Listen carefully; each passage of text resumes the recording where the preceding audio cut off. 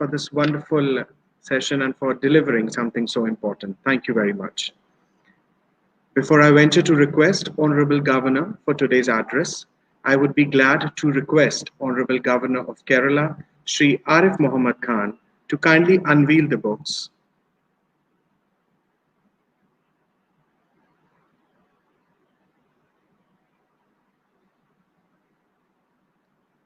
Books being unveiled by Sir today are Fragments of a World Mind, doctor Lohia के खत रमा मित्रा को, स्वतंत्रता आंदोलन की विचारधारा।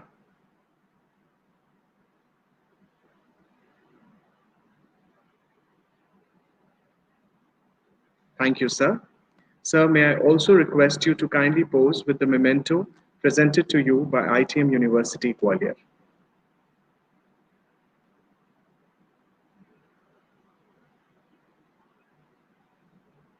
Thank you so much, sir. Thank you.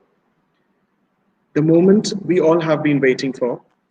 Ladies and gentlemen, with all humility, respect, and a passionate anticipation, I request on behalf of the university, the audience across the globe, Honorable Governor, to enlighten our minds and hearts by delivering Dr. Ram Manohar Lohia 6th National Lecture.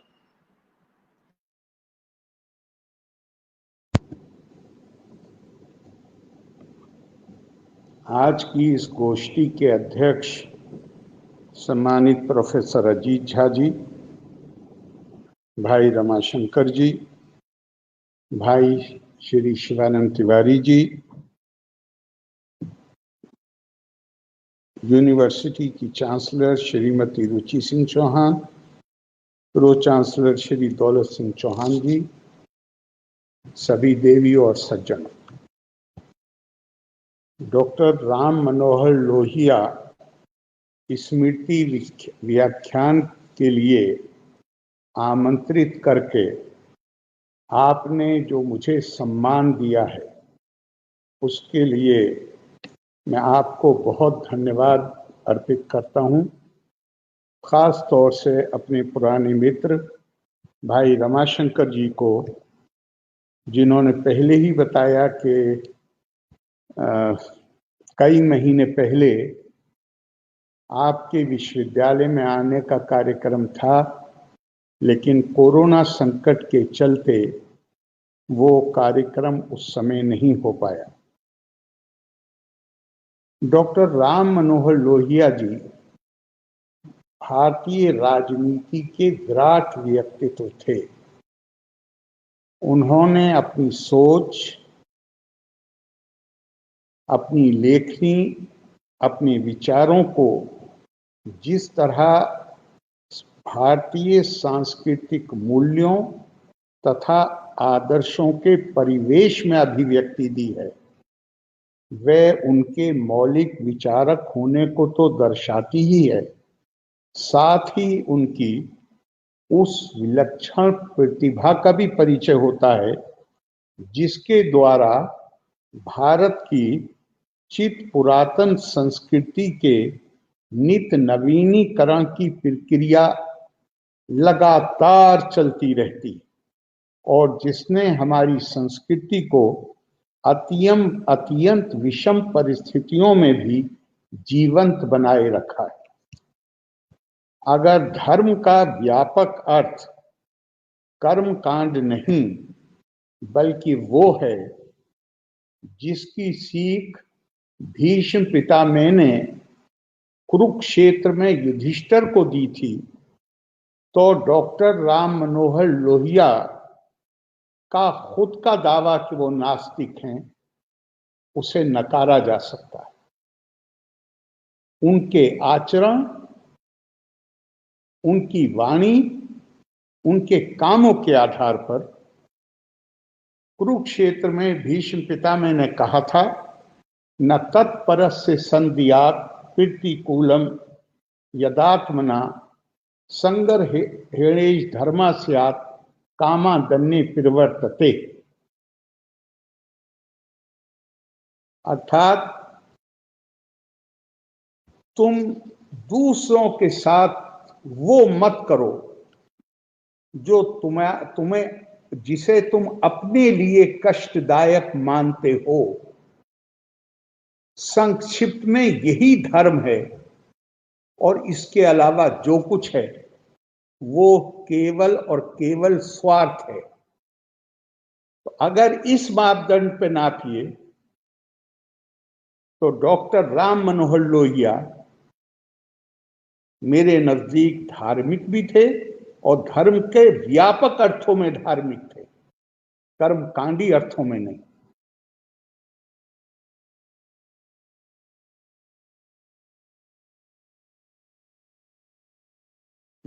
वास्तव में doctor Ram Manohar Lohia उस पथ के गामी थे जिस पर चलने वालों को अपने जीवन काल में विधर्मी, पाषंडी जैसी उपाधियों से नवाजा जाता है, और उनके चले जाने के बाद उनके विचार और कर्म हमारी महत्वपूर्ण विरासत बन जाते हैं, और उनका जोखिमपूर्ण जीवन बाद वालों के लिए परंपरा बन जाता है।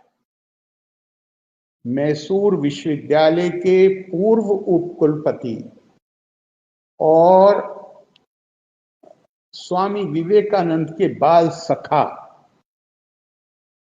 डॉक्टर बिरजेंद्र नाथ सील ने भारतीय संस्कृति की उपमा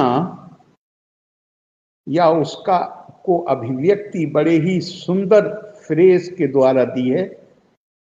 उन्होंने कहा, India is ever ageing but never old. Bharat पुरातन है परंतु वृद्ध नहीं है, ज़ईफ नहीं है। पुरातन है लेकिन बड़ी उम्र के साथ जो कमजोरियां आ जाती हैं वो भारत में नहीं है। शंकराचार्य जी ने गीता की अपनी व्याख्या में इसी उपमा का प्रयोग आत्मा के लिए किया है। उस आत्मा को जिसको गीता कहती है कि ना ये पैदा होती है, ना ये मरती है, ना ऐसा कोई वक्त था जब ये नहीं थी, ना ऐसा कोई वक्त होगा। नायम भूता भूयम भवा।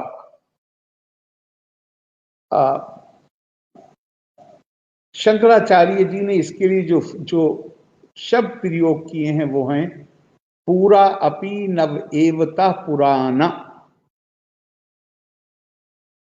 पूरा अपि अर्थात भारत नित नूतन और चित पुरातन है। वास्तव में भारत की संस्कृति की निरंतरता इसीलिए बनी रही है कि भारत ने अपने मूल आदर्शों और सनातन सिद्धांतों पर कायम रहते हुए हर युग की आवश्यकताओं के अनुसार नए विचारों और नई सोच को स्वीकार किया है। और इस प्रक्रिया में डॉक्टर राम मनोहर लोहिया जैसे युग पुरुषों के योगदान, मुझे लगता है कि हर आने वाले दिन के साथ उनके योगदान का महत्व लोगों की समझ में बढ़ता चला जाएगा। यही जिसे अंग्रेजी में आउट ऑफ बॉक्स थिंकिंग कहते हैं। इंसान की ये मजबूरी है कि जो पुरानी आदतें हैं वो उसके लिए एक कंफर्टेबल जोन, एक सुखदायक वातावरण पैदा कर देते हैं। उस वातावरण से बाहर निकलना हमेशा पीड़ादायक होता है। लेकिन समय तो निरंतर, काल का चक्र तो निरंतर चल रहा है, और उस निरंतर चलते हुए चक्र के अनुसार गतिशील होना आवश्यक है उनके लिए जो अपने को, अपनी संस्कृति को, अपने मूल्यों को बचा के रखना चाहते हैं। डॉक्टर लोहिया का योगदान, युग पुरुष का योगदान। जिस वर्ष डॉक्टर लोहिया का निधन हुआ, मैं कक्षा 10 का छात्र था। मुझे उनसे मिलने का कोई अवसर प्राप्त नहीं हुआ और ना ही मैं कभी भी किसी समाजवादी पार्टी से मेरा संबंध रहा है। लेकिन मेरा सौभाग्य है कि विद्यार्थी जीवन से ही समाजवादी युवजन सभा से जुड़े साथियों के साथ बहुत अच्छी मित्रता रही और उनके माध्यम से कुछ हद तक डॉक्टर राम मनोहर लोहिया और उनके विचारों को जानने का मौका मिला।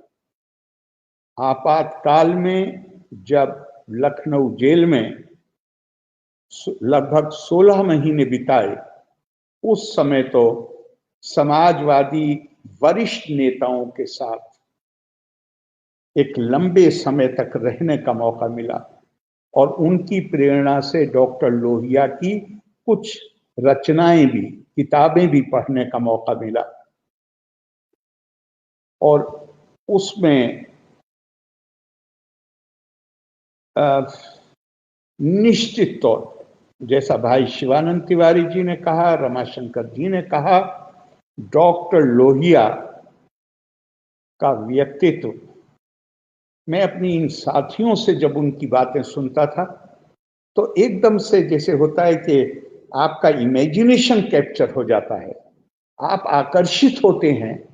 क्यों? क्योंकि वो बात सुन रहे हैं आप जो बात आपने पहले नहीं सुनी थी। अभी मिसाल के तौर पे महात्मा गांधी ने उनको भारत की आत्मा कहा जब वो जेल में थे। यूसुफ मेहर अली उन्हें प्यारा आवारा कहते थे। उनकी किताबें जो आज भी, उसका दोबारा छपने के बाद आपने उनको रिलीज कराया है। अब मैं आपसे केवल एक मुद्दे पर कहता हूं, महिलाओं के संबंध। ये इस बहस पूरे देश में शुरू कर देना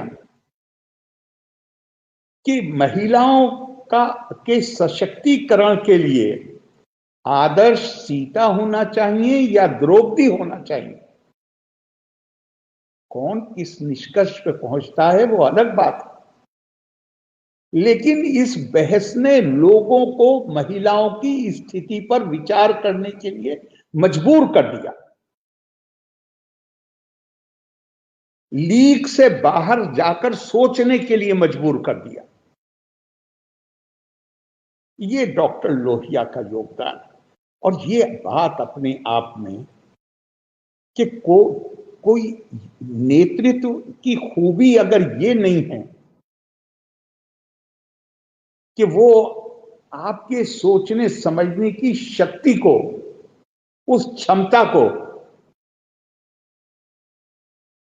प्रोत्साहित करे, तो फिर नेतृत्व नहीं रह जाता, फिर बंद रह जाता है। तो दरअसल डॉक्टर लोहिया वास्तव में जैसे जो नेतृत्व का जो गुण है वो उनके अंदर था। और वो मैं अपने साथियों से जब बात होती थी, खास तौर से युवजन सभा में काम करने वालों से, तो मैं उनके वो जो वाक्य उन्होंने डॉक्टर लोहिया से सुने थे या जो बहस उन्होंने शुरू की थी, उसके बारे में जब वो बात करते थे तो एक अजीब किस्म का आनंद आता था। आज के इस अवसर पर मैं ऐसे डॉक्टर लोहिया को उनकी स्मृति में अपनी श्रद्धा सुमन अर्पित करता हूं और एक बार फिर आपको धन्यवाद देता हूं कि आपने इस वर्ष के व्याख्यान के लिए मुझे चुनकर मुझे उन विशिष्ट व्यक्तियों के साथ कर दिया जो मुझसे पहले ये व्याख्यान आपके यहाँ दे चुके हैं और जिसकी कुछ झलकियां अभी थोड़ी देर पहले आपने हमें दिखाई। अब मैं आज के विषय की तरफ आता हूं। हमारे वास्तव में तो प्रोफेसर अजीत झा साहब, शिवानंद भाई और रमाशंकर जी ने इस पर बहुत महत्वपूर्ण बातें कही हैं। मैं इसे थोड़ा एक और दृष्टिकोण से भी देखता हूं, और वो दृष्टिकोण मैं आपके साथ साझा करना चाहूंगा। भारत में या भारत की तरह कोई भी दुनिया का देश हो, कोई पुरानी संस्कृति हो,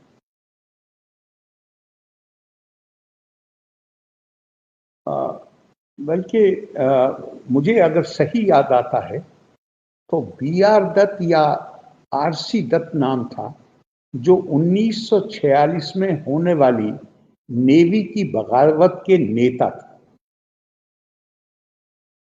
और उसके असफल हो जाने के बाद उनका एक वाक्य है।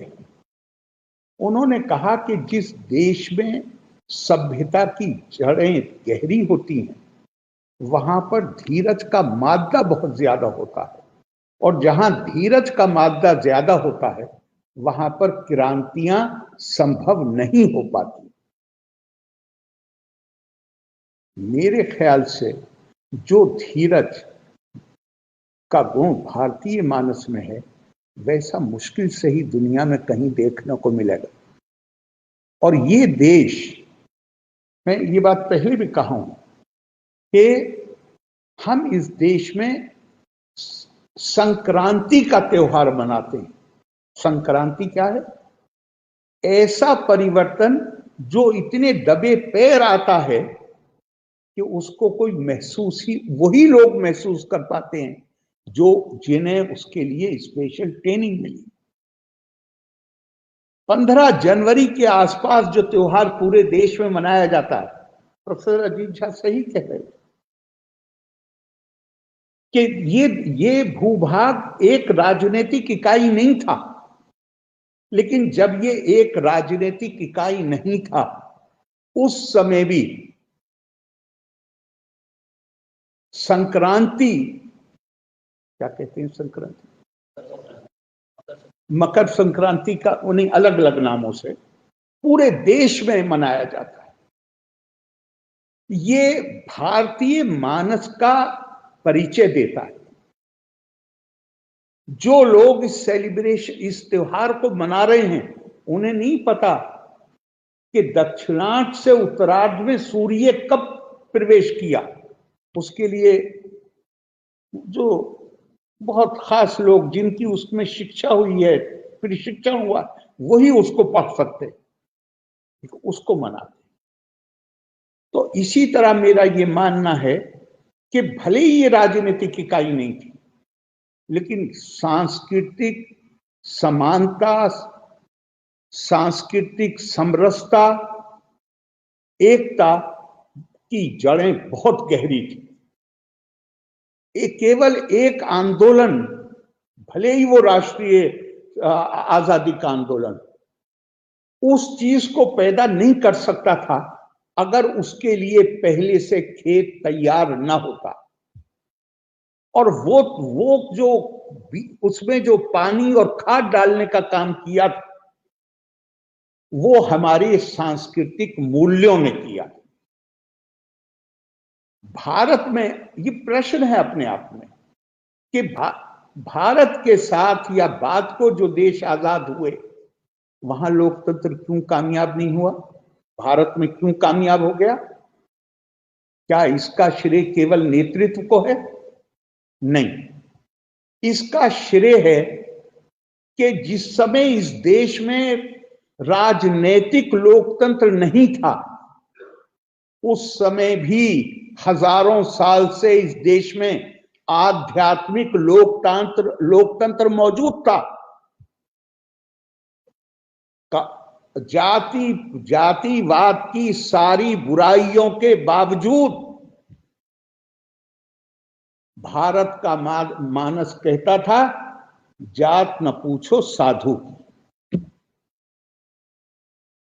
चूंकि ये पहले से मानसिकता थी,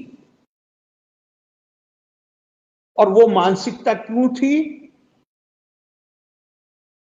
वो मानसिकता थी, उसकी जड़ें भारतीय संस्कृति में मूली थी। चूंकि हमारे यहां स्पिरिचुअल डेमोक्रेसी थी, इसलिए हमारे यहां पॉलिटिकल डेमोक्रेसी कामयाब हो गई। मैं नहीं मानता हूं इस बात को, और मैं पहली दफा नहीं बोल रहा हूं कि सेकुलरिज्म अपने पाश्चात्य व्याख्या के साथ भारत के लोगों ने स्वीकार कर लिया। खुद पंडित जवाहरलाल नेहरू जी ने अपने एक भाषण में कहा है, और ये भाषण 61 या 62 में दिया है, जहां उन्होंने कहा हमारा सेक्युलरिज्म आस्था विरोधी नहीं। महात्मा गांधी ने तो कहा ही है, डॉक्टर राधाकृष्णन ने बहुत दफा कहा है, उनका ये आस्था का विरोधी नहीं है, ये नास्तिकता का प्रचारक को स्वीकार, नास्तिकता की स्वीकार्यता नहीं है। हर व्यक्ति अपनी, वो आस्तिक है या नास्तिक है, सबके प्रति सम्मान की भावना भारतीय सेकुलरिज्म का मतलब है। हर प्रकार के तौर तरीके, जिस तरह भी व्यक्ति का अपना अधिकार है कि अगर वो आस्तिक है तो वो अपने पैदा करने वाले से किस तरह का संबंध कायम करना चाहता है, ये उसका अपना अधिकार है। वो नास्तिक है तो भी उसका सम्मान। वो Swami Vivekananda, parliament of religions, वहां इसी के साथ उन्होंने अपने भाषण में जो उनका मुख्य बिंदु था वो यही था, जहां उन्होंने कहा मैं उस देश से आता हूं जहां 35 करोड़ लोग अपने दिनचर्या की शुरुआत इस प्रार्थना के साथ करते हैं, रुचि नाम वैचित्र्या दिर्जु कुटिल नाना पज्यशाम। जिस तरह नदी नाले अपने विभिन्न स्रोतों से निकलते हुए सीधे टेढ़े मेढ़े रास्ते लेते हुए आखिर में जाकर सागर में लीन हो जाते हैं, उसी तरह हे प्रभु हम इंसान अपनी अपनी, महाभारत में प्रकृति यान्ति भूतानि, हर व्यक्ति वो करता है जिस प्रकृति पे उसे पैदा किया गया। कुरान हकीम में एक आयत, कुल कुल्लुन यामलु अला शाकिलतिही, कह दो हर व्यक्ति वो करता है जिस प्रकृति पे हमने उसे पैदा किया। व्यक्ति के इस अधिकार का सम्मान कि वो जिस तरह चाहे उस तरह अपनी आस्था को अभिव्यक्ति दे, भारतीय आध्यात्मिकता का दर्शन, संस्कृति का दर्शन, ये प्रेस्क्रिप्टिव नहीं है, ये रिफ्लेक्टिव है, ये सोचने के लिए मजबूर करता है। तो मुझे यहां पर जो निवेदन मैं करना चाहता हूं इस पृष्ठभूमि को देने के बाद, वो ये है कि जब आज की तारीख में मैं यहां मुझसे पूर्व वक्ताओं ने जो कहा है वो बिल्कुल मैं उनसे 100% सहमत हूं। लेकिन आम आदमी साधारण भारतीय के स्तर पर अगर हम जाएं तो मिली जुली संस्कृति का शब्द प्रयोग करने से एक धारणा बन गई है कि ये जैसे कोई भारतीय संस्कृति और किसी गैर भारतीय संस्कृति या संस्कृतियों के मिश्रण के कारण कोई नई संस्कृति अस्तित्व में आई। मैंने पहले निवेदन किया, सेकुलरिज्म स्वीकार्य भारत में है जब पंडित जी ये कहते हैं कि हमारी भाषा में इसके लिए कोई एक शब्द नहीं था। सेकुलरिज्म से हमारा अभिप्राय भारत की प्राचीन जीवन शैली है। इसी तरह मेरा मानना है कि अगर मिली जुली संस्कृति से अगर मतलब ये निकाला जाएगा कि ये भारतीय संस्कृति और किन्हीं और संस्कृतियों के मिश्रण से पैदा हुई है, तो उसको स्वीकार कराने में बड़ी कठिनाई।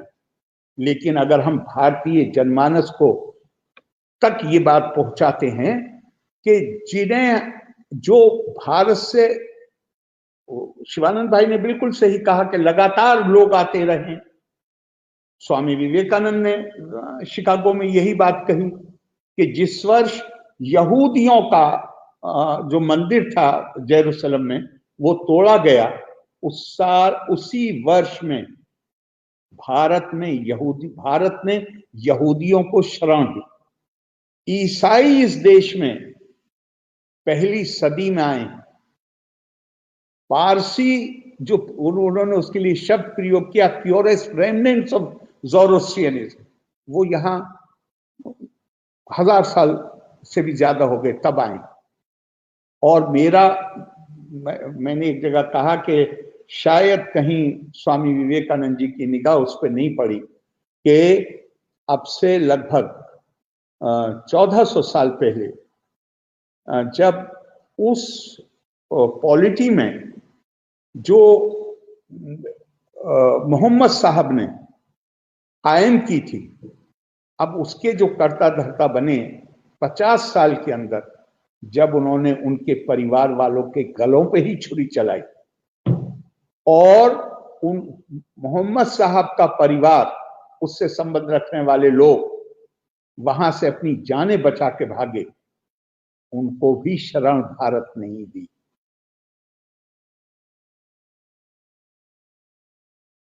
भारत की संस्कृति इससे बहुत पहले से, बल्कि भारतीय संस्कृति अपनी यात्रा की शुरुआत से बहुधा की संस्कृति रही। अहम ब्रह्मास्मि तत्त्वमसि, एकम सद विप्रा बहुधा वदंती। सच्चाई, जब ये ऋग्वेद और सामवेद से ये वाक्य, उस वक्त मानिए जिन सेमिटिक रिलीजन्स की हम बात करते हैं वो तो उस वक्त अस्तित्व में भी नहीं आए थे। तो भारतीय संस्कृति, बहुधा की संस्कृति, मिली जुली संस्कृति शुरुआत से है। क्यों है कि दुनिया में इंसान अकेला ऐसा जीव है जो एक दूसरे को जाती तौर पे जाने बगैर एक दूसरे से सहयोग करके बड़ी शक्ति पैदा कर सकता है। और इस सहयोग के लिए जो एकता आवश्यक है, शायद इतिहास ने उसी को संस्कृति का नाम दिया है। दुनिया में ये संस्कृतियां बनी हैं, ये जो इकट्ठे होकर, हम एक दूसरे को नहीं जानते जाती तौर पर, लेकिन हमने ये स्वीकार किया कि हमारी पहचान एक है और उसके लिए हमने एकता कायम की। उससे हमें ताकत मिली, उस ताकत को हमने अपने हित में, मानव कल्याण के लिए इस्तेमाल किया। उसी को शायद संस्कृति कहा गया। उसका आधार क्या रहा है दुनिया में, जरा गौर कीजिएगा। सारी संस्कृतियों पर नजर डाल लीजिए। संस्कृतियों का आधार रहा है या तो खाल का रंग यानी नस्ल, या एक भाषा बोलने वाले, या एक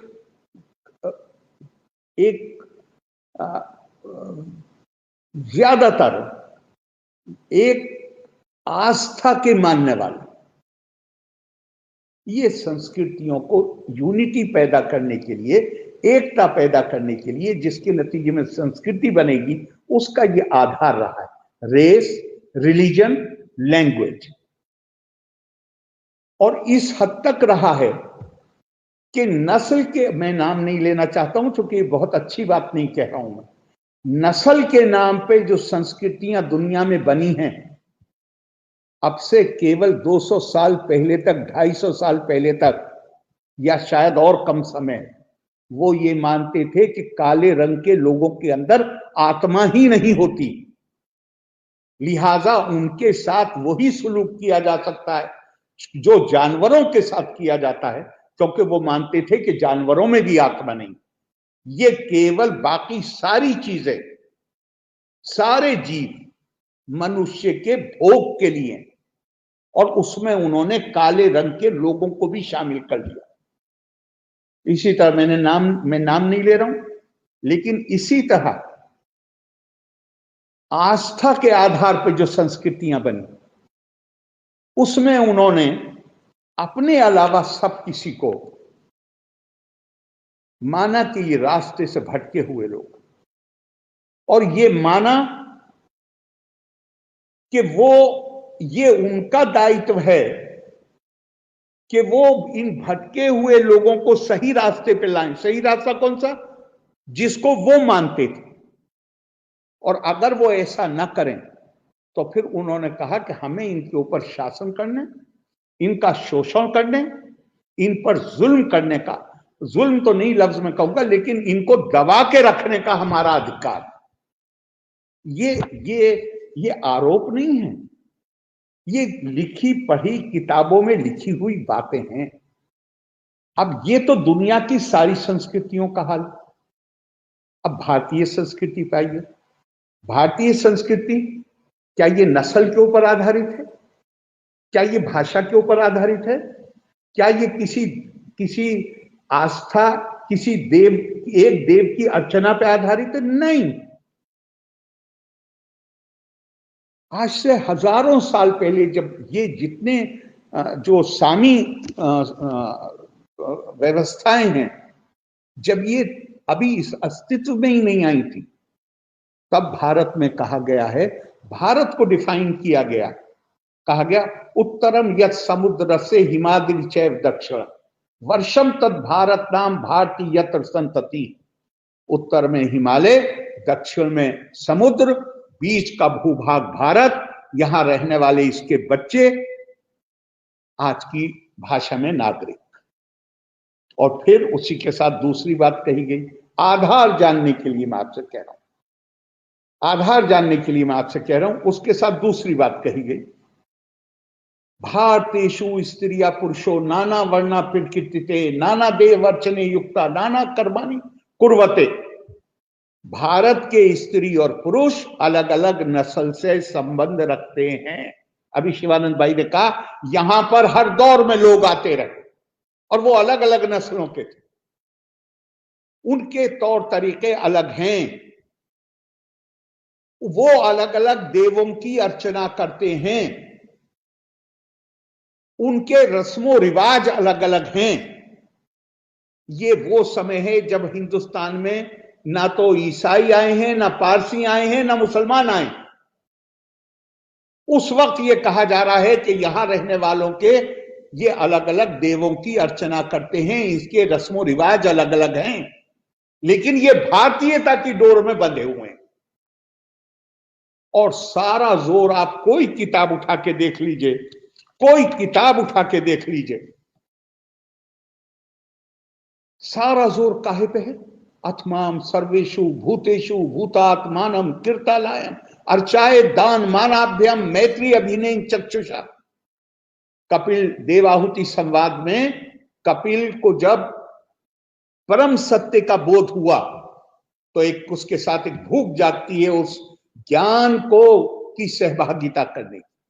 मां सामने थी, मां को बुला के सामने बिठा लिया और कहा कि ये जो जितने लोग नजर आ रहे हैं, ये जो देह है ये मेरा मंदिर है, इसलिए मेरी पूजा करने के लिए, मेरी अर्चना करने के लिए सबके प्रति मान और सम्मान की भावना रखो, उनकी जरूरतों में उनके काम आओ, मैत्री भाव से देखो। और किस भाव से देखो? अभिनय चक्षुषा, नॉन सेपरेटेडनेस। स्वयं गीता में आता है, ईश्वर सर्वभूतानां हृदय से अर्जुन तिष्ठति भ्रामयन् सर्वभूतानि यंत्रारूढ़ा मायया। अर्जुन, ईश्वर संपूर्ण प्राणियों के हृदय में रहता है और अपनी माया से शरीर रूपी यंत्र पर आरूढ़ हुए संपूर्ण प्राणियों को उनके स्वभाव अनुसार भ्रमण कराता रहता है। आप गौर कीजिए जो बात मैं कह रहा हूं आपसे, अगर आधार नस्ल होगी, अगर आधार भाषा होगी, अगर आधार धार्मिक आस्था होगी, तो उन संस्कृतियों में सुप्रीमेसिस्ट एटीट्यूड, अपने आप चोजन पीपुल, अपने आप को बड़ा मानना और दुनिया के बाकी लोगों को अपने से कम मानना, ये पैदा होना स्वाभाविक है। लेकिन जहां एकता का आधार संस्कृति का मूल आत्मा में होगा, तो आत्मा तो हर किसी के अंदर। लेकिन मेरे ये सब कहने का ये मतलब मत लगाइएगा कि मैं ये कह रहा हूं कि भारत में कुछ गड़बड़ी नहीं हुई, बहुत गंभीर गड़बड़ी। अगर गड़बड़ी ना होती तो इतिहास हमारे साथ इतनी क्रूरता से पेश नहीं आता। बहुत गड़बड़ी हुई, मैं बहुत सोचा करता था, और फाइनली इसका जवाब मुझे स्वामी विवेकानंद जी और स्वामी रंगनाथ नंदा जी के लेखों में मिला। स्वामी विवेकानंद ने कहा, हमने अपना पतन सुनिश्चित कर लिया उस दिन, जिस दिन हमने शिक्षा के ऊपर एक अधिकार जमा लिया और हमने आम आदमी को शिक्षा के अधिकार से वंचित कर दिया। स्वामी रंगनाथनंद तो कहते हैं कि वो एक श्रीमद् भागवत से, गीता नहीं, श्रीमद् भागवत से एक लाइन उद्धृत करते हैं, और सरस्वती ज्ञान खल्व यथा सती। कहते हैं हम तो सरस्वती, मां सरस्वती के उपासक थे, लेकिन जब हमने इस देश की बड़ी आबादी पर शिक्षा के दरवाजे बंद कर दिए, तो हम उपासक से हम खलनायक बन गए, हम सरस्वती के खलनायक बन गए। तो गड़बड़ियां हमने की। लेकिन जैसे अभी पूना पैक्ट की बात करी शिवानंद भाई ने, हमारे यहाँ जो रिनेसां का मूवमेंट है वो बंगाल से शुरू होता है, महाराष्ट्र पहुंचता है, पूरे देश में उसका असर पड़ता है। उसी राष्ट्रीय आंदोलन के बीच में हमें ये एहसास हो गया कि ये जो कुछ हमने किया था वो गलत था। आज अगर जरूरत है कुछ, तो वो ये है कि उस जो गलतियां हुई हैं उनको दुरुस्त करने की जो कोशिशें जो राष्ट्रीय आंदोलन से शुरू हुई थी, उनको और तेज करने की जरूरत है। और मैं तो इसको कहूंगा कि भारतीय संस्कृति अपने आप में ये बहुधा में मोलित है। इसके अंदर एक खास क्षमता है कि ये नई चीजों को अपने अंदर समाहित कर सके। लेकिन जब हम इसके आगे विशेषण लगा देते हैं, तो भारत में काफी लोग हैं जिनके मन में संदेह होता है कि शायद हम ये कुछ ही नई पहचान या नई संस्कृति की बात कर रहे हैं। उसका मौका नहीं देना चाहिए। लेकिन फिर भी अगर आप मिलीजुली संस्कृति कहना चाहते हैं तो उसमें कोई बुराई नहीं है, मगर मैं इसको कहूंगा कि ये बहुधा में मूलित भारतीय संस्कृति है, जो अपनी जो उसकी जो यात्रा है पहले दिन से, वैदिक काल से, वो इसी तरह की रही है कि उसने इस भारत भूमि में आने वाले अलग अलग नस्लों के लोग, अलग भाषाएं रहने वाले, अलग अलग भाषाएं बोलने वाले, अलग अलग देवों की अर्चना करने वाले, उन सबको एक डोर में पिरोया। जैसे गीता में वो फ्रेज इस्तेमाल हुआ है, सब ऐसे हैं जैसे माला में गूंधे हुए फूल, और ये इनमें से हर फूल हमें प्रिय है। इनमें से ये माला की सुंदरता ही तब है जब उसमें हर फूल की ताजगी बनी रहे। आपने मुझे आमंत्रित किया, उसके लिए एक बार फिर मैं आपको बहुत बहुत धन्यवाद देता हूं और आप सबके प्रति अपनी शुभकामनाएं व्यक्त करता हूं। धन्यवाद। जय Hind.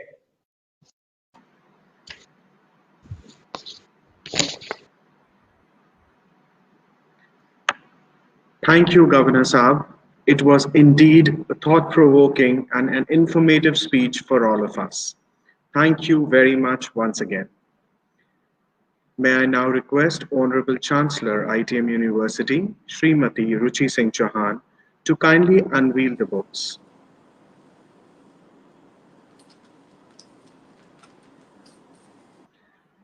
Books being unveiled by Ma'am are गांधीवाद और समाजवाद एवं भारत में समाजवाद, नागरिक स्वाधीनता, हिंदू बनाए हिंदू एवं हिंदू और मुसलमान, राष्ट्र एकता का आधार हमारा देशीय समाजवाद।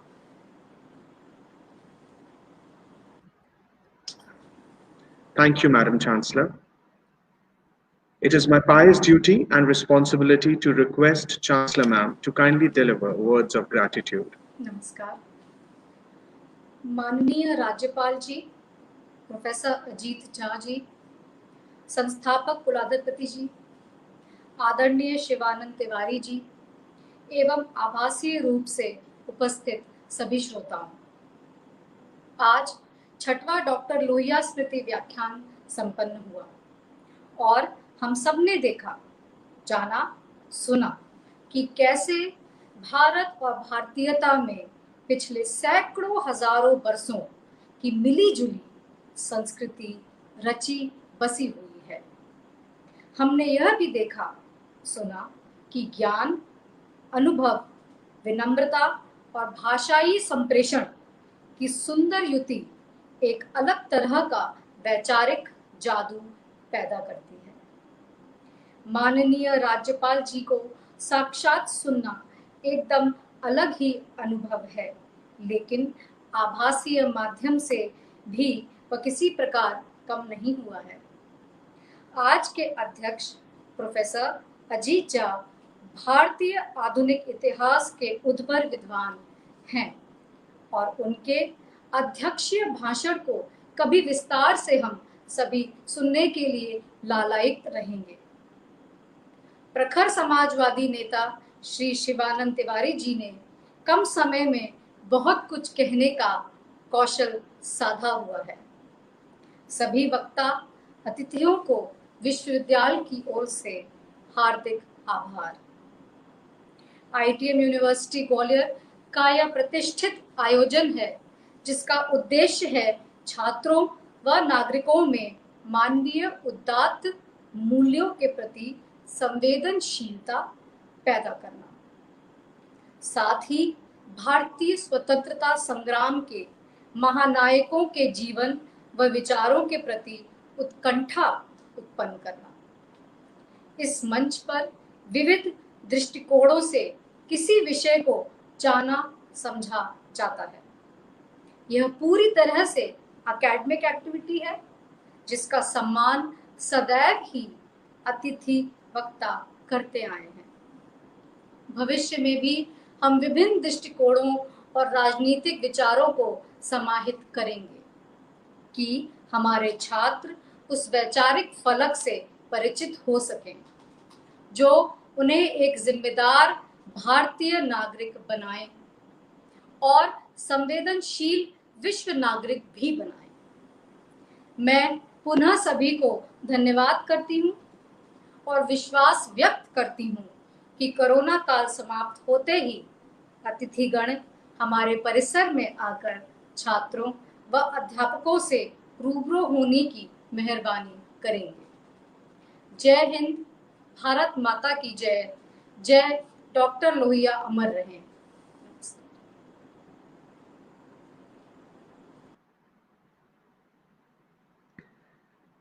Thank you, Madam Chancellor.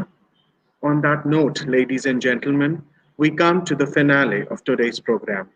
I request everyone to kindly rise for the national anthem.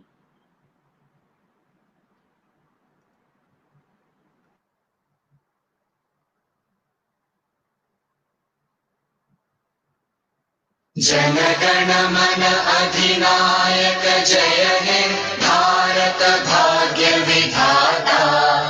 Punjab Sindh Gujarat Maratha Dravida Utkal बंगा। विंध्य हिमाचल यमुना गंगा उच्चल जलधि तरंगा तव शुभ नामे जागे तव शुभ आशीष मांगे गाहे तव जय गाथा जन गण मंगलदायक जय हे भारत भाग्य विधाता जय हे जय हे जय हे जय जय जय जय हे